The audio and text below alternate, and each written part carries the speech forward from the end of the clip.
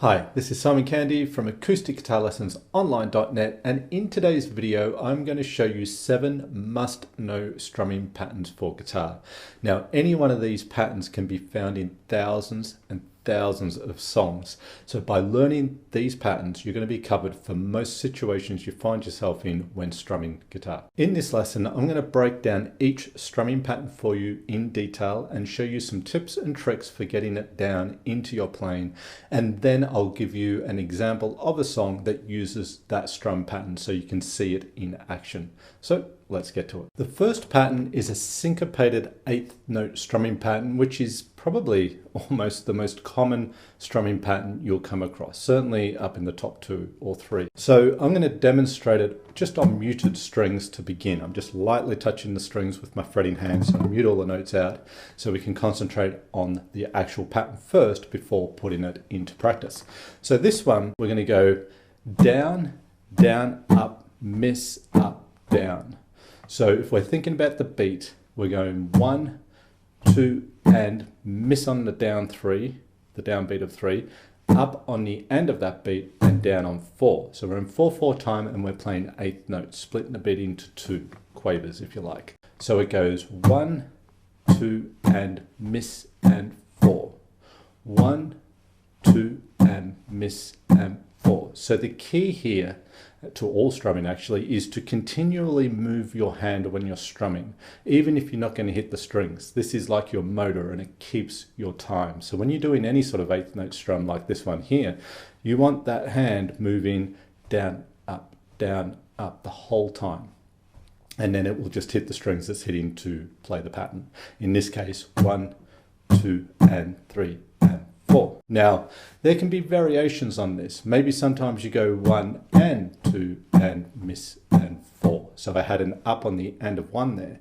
Or maybe you go 1, 2 and miss and 4 and. So you strum on the up of the end of 4. These are all fine, and those sorts of nuances make your strumming sound more natural. But the characteristic or the main thing with this particular pattern is the missing on the down beat of 3. Whether you hit on the end of 1, the end of 2, the end of 4, or whatever, you just want to miss on the down of the 3 for this particular pattern. And a common song that you'll find this pattern in might be Brown Eyed Girl by Van Morrison. 1, 2, and 3, and 4, and 1, 2, and miss, and 4, and 1, 2, and miss, and 4, and 1, 2, and miss, and 4. A little quicker.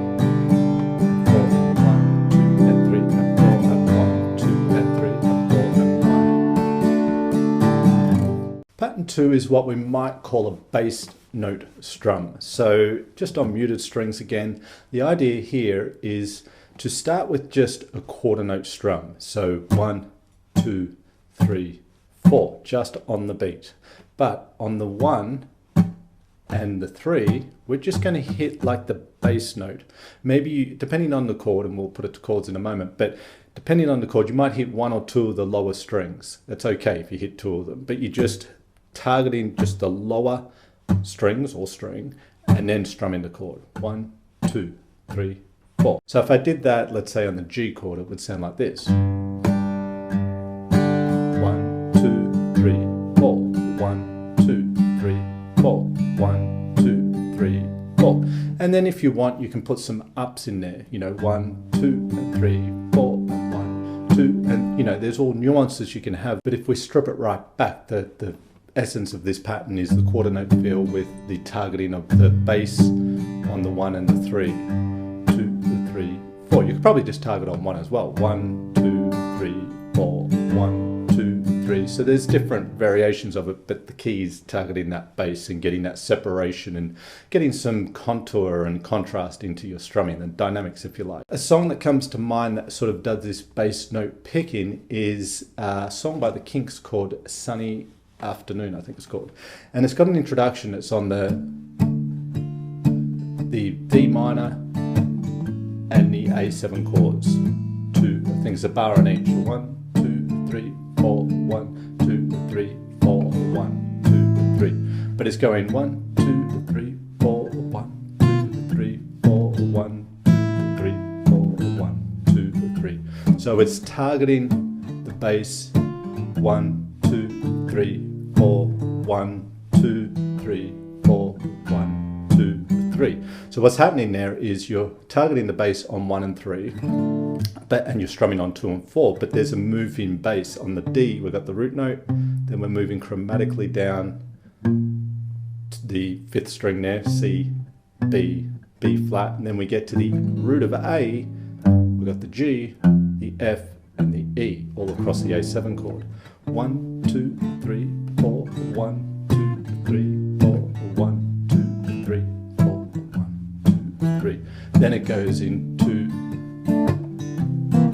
the chorus, in the verse rather, right? It's a D minor, and here 2 and 3 and 4 and 1, 2 and 3. That's coming back to our 1, 2 and miss and 4, 1, 2 and miss and 4. And so of course you can have different strumming patterns within a song, but there's already an example of that first pattern coming into this song. Pattern 3 is a percussive strumming pattern. So let's take a G chord, and what we're doing here is on beats 2 and 4, we're just going to mute out the strum and kind of emulate what a drummer will be doing, either hitting a hi-hat on beats 2 and 4 or perhaps hitting a snare on beats 2 and 4. It's kind of giving that vibe. So to get that percussive sound, you want to relax the chord you're playing at the time, not lose the shape, but just relax it. And when you hit the strings with your strum, the palm of your hand is hitting the strings at the same time. So it stops the notes ringing through. Now you're just after a sound here, that, chick sort of sound, if you like. So you don't have to follow through all the way and try and hit all the strings of the chord at all. You just want to really come to an abrupt stop when you hit those strings. You're just after the sound. So you're muting them here. The palm of the hand's also muting them. So both hands contribute to muting out strings. So we make sure nothing rings through. And then the palm of the hand hits at the same time, right? At the same time as my pick does. The palm of the hand hits, stops it ringing through. And we do that on beats 2 and 4. So if I grab a G chord and just start by playing a straight quarter note strum and mute out on beats 2 and 4, it'll sound like this. 1, 2, 3, 4.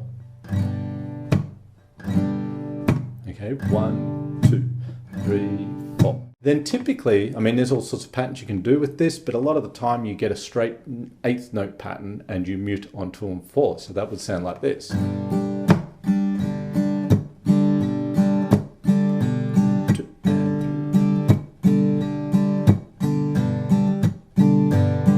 So a song that comes to mind that uses this sort of strumming pattern is Stuck in the Middle with You. So it starts with more of a that sort of thing. And then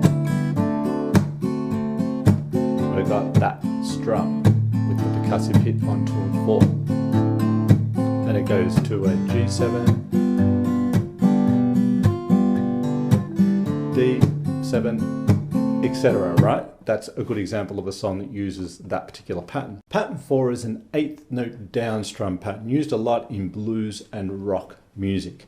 So the idea here is that you're just going to simply play straight 8th notes, 1 and 2 and 3 and 4 and, but you're going to strum everything down. Okay, so if we take like an E power chord, for example here, and I apply this pattern, it would sound like this. 1 and 2 and 3 and 4 and 1 and 2 and 3 and 4 and. So it's just targeting the lower strings. So there's no big follow through with the strumming like with some of the previous patterns. It's just really from the wrist.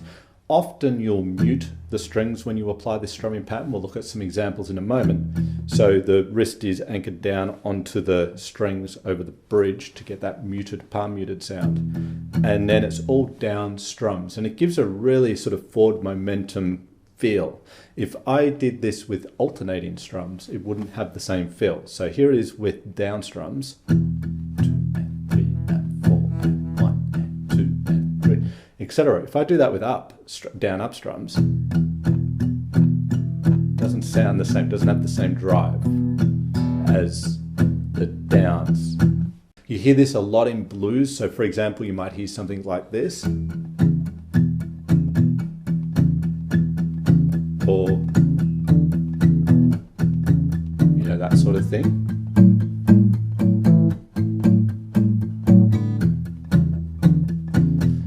you might hear it in a song like Summer of '69, Bryan Adams, rock song, right? It sort of starts like this. And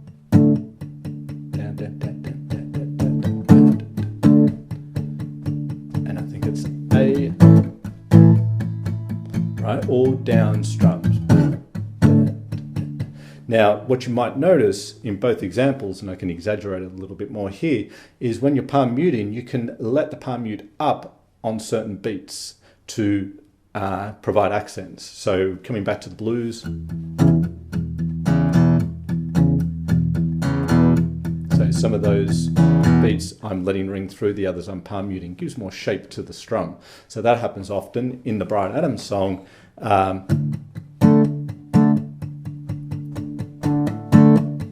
There's sort of on the first beats of the bar. 1, 2, 3, 4, 1, 2. And on the A. So a really useful strumming pattern to know, the 8th note down strum. Pattern 5 is a 16th note strumming pattern. So you'll find when you're strumming songs, you're either going to fall into one of two camps. It's either going to be one or the other. 8th note strumming, 2 to a beat. 16th note strumming, 4 to a beat. So as we said back on that first pattern, the hand continually moves down up to each beat. 1 and 2 and 3 and 4 and.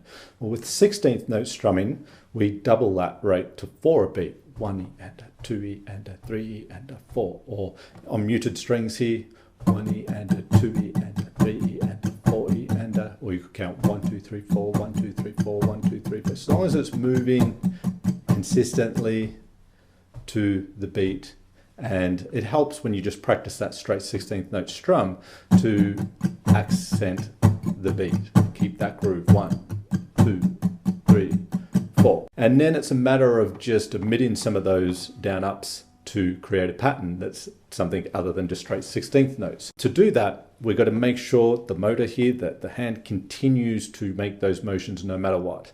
And a common strumming pattern, we'll do it on muted strings first, with the 16th note strum is to, let's just divide it or isolate it, break it down to single beats. The first beat, you're simply going to go down, down, up. So you're hitting the first down, you're missing the next, and then you're hitting the next two. Like that. That's the first beat. Down, down, down. So to get the down and then the down up, I've got to bring the pick back up in time to then go down up. So whether I'm hitting all of them or I'm doing this pattern, the hand's doing the same thing. Down, up, down, up. Now on the second beat, you do the same thing. So now you got 1, 2. The third beat is different. You miss on the down and you hit the up, down, up. So it's 3 and down, up, down, up. But you're missing the one that's the first one. And on beat 4, you're doing the same as you did on the first 2 beats. So 3 of the 4 beats are identical. 1 and 2 and up. Back to down, down, up. So very slowly, let me put that together for you. Down, down, up, down, down, up, miss, up, down, up, down, down, up, down, down, up, down, down, up, miss, up, down, up, down, down, up. So another tune that uses 16th note strumming is Knocking on Heaven's Door. Just a little bit of a slower tempo. 2, 3, and a 4, and a 1. Down, up, down, up, down, up, down, up, that sort of thing, right? So that's another one. But there are many, many songs. About half the songs you strum will be 16th note approaches, a strumming approach. The other half will be 8th note. Okay, so very useful pattern to know. Pattern 6, we're going to change time signature. So 4/4 is the most common time that you'll come across, but 6/8 is another one you'll come across very often. And 6/8 time is 6 8th note beats to the bar, and we count 1, 2, 3, 4, 5, 6. 1, 2, 3, 4, 5, 6. Now the thing with 6/8 time, and this will obviously impact the strumming, is that we accent. We have a bit of a what we call a pulse on beats 1 and 4, and it gives us this sort of swing. So 1, 2, 3, 4, 5. You're just a little more emphasizing the 1 and the 4. 1, 2, 3, 4, 5, 6. 1, 2, 3, 4, 5, 6. So bringing that across to our strumming to really sort of accent the 1 and the 4, to feel that pulse, which is the whole backbone of 6/8 time, you might strum. We'll do this strumming pattern. It's just going to be very simple. It's going to be down, down, down, down, down, down, down, down, down, down. But to accent the 1 and 4, if I grab a G chord, we could strum more the full chord on 1 and 4 and just the bass lower 3 strings or thereabouts on the other beat. So to sound like this: 1, 2, 3, 4, 5, 6. 1, 2, 3, 4, 5, 6. 1, 2, 3, 4, 5. Okay, so you just got that feel on of 6/8 time on the 1 and the 4. You can also then, if you want, put in some up strums there. So 1, 2, 3, 4, 5, and 6. That's fine to do. All these nuances, patterns, variations can come in, but the essence of this, and to strip it right back, to begin just down, down, down, down, down, down, will be your best bet. Many songs in 6/8 time. We could look at Hallelujah, Leonard Cohen. 1, 2, 3, 4, 5, 6. 1, 2, 3, 4, 5, 6. 1, 2, 3, 4, 5, 6. 1. And then I think it goes to a C, C to D, to the G, 2, 3, 4, 5, 6. 2, 3, 4, 5, 6. We could do Nothing Else Matters, Metallica. 1, 2, 3, 4, 5, 6. 1, 2. So we've got an E minor for a bar. C, D and C share the bar. 1, 2, 3, 4, 5, 6. 1, 2, 3, 4, 5, 6. 1, 2, 3, 4, 5, 6. 1, 2, 3, 4. And the 7th pattern is what we might call a dotted quarter note strum. And it's got a percussive hit on beat 2. So it's kind of going to use a little bit of the percussive strumming pattern we had a look at earlier. So if I grab a G chord, what we're doing here is we're strumming down on the first beat. We're hitting the percussive strum with the same technique we went through before on beat 2. And then we're immediately coming in on the and with another down strum. So it's not an up strum with this pattern, it's a down strum on an off beat. And it's basically bringing in the third beat, bringing in that hit you would do on 3, half a beat early on 2. So it's like 1, 2, and. So you've got to, you hit that. Remember, with the percussive hit, you're only ever making that sound. You're just hitting down onto the strings. You're not following through. So if you do that, you'll be right in position to immediately follow with the down strum. If you follow through with your percussive hit, you're going to have to bring it back up quickly to get that down strum. So it's just the hit, and then you can just do the down. So 1, 2, and 3. And that down you hit on the end of 2 rings out over 3, and then you hit another down on 4. So it's 1, 2, and 3, 4. 1, 2, and 3, 4. 1, 2, and 3, 4. 1, 2, and 3, 4. Now you probably might already recognize where I'm going to go with this in terms of relating it to a song, because it's so recognizable, and that is Stand By Me, okay, Ben E. King. So it's using that sort of a pattern, okay, that sort of feel. So 1, 2, and 3, 4, and 1, 2, and 3 to E minor, 2 and 3, 4, and 1, 2 and 3, 4, and C, 2 and 3, 4, and D, 2 and 3, and back to G, 2 and 3, and 4, and 1, 2 and 3, and 4. If you like this video, then you'll love this acoustic rhythm guitar techniques mini course. In this course, you learn 5 ways to sound much better as a rhythm guitarist, including strumming techniques, chordal picking, rhythm riffs and fills, as well as cool sounding chords and embellishments. Over the course of 5 days, you will not only be trained in depth on each of these areas of your guitar playing, but also how to put it all together to create great sounding music. So click the link in the description below this video to gain access to the Acoustic Rhythm Guitar Techniques mini course. Let me know in the comments below what acoustic guitar topics you'd like to see covered in future videos.